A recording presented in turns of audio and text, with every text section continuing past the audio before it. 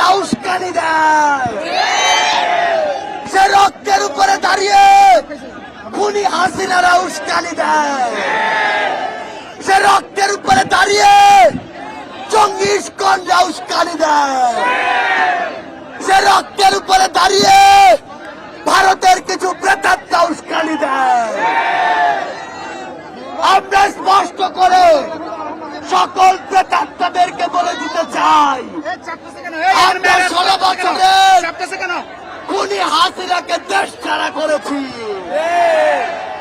এমন ছোটখাটো কিছু জঙ্গি ইস্কনকে দেশ ছাড়া করা আমাদের জন্য হাতের ময়লা।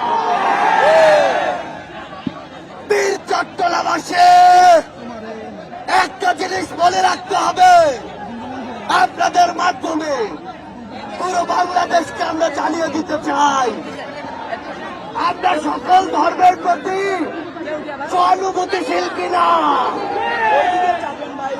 কিন্তু কেউ যদি আমাদের সহানুভূতিকে দুর্বলতা মনে করে আমরা কি তাদেরকে ছেড়ে দিব?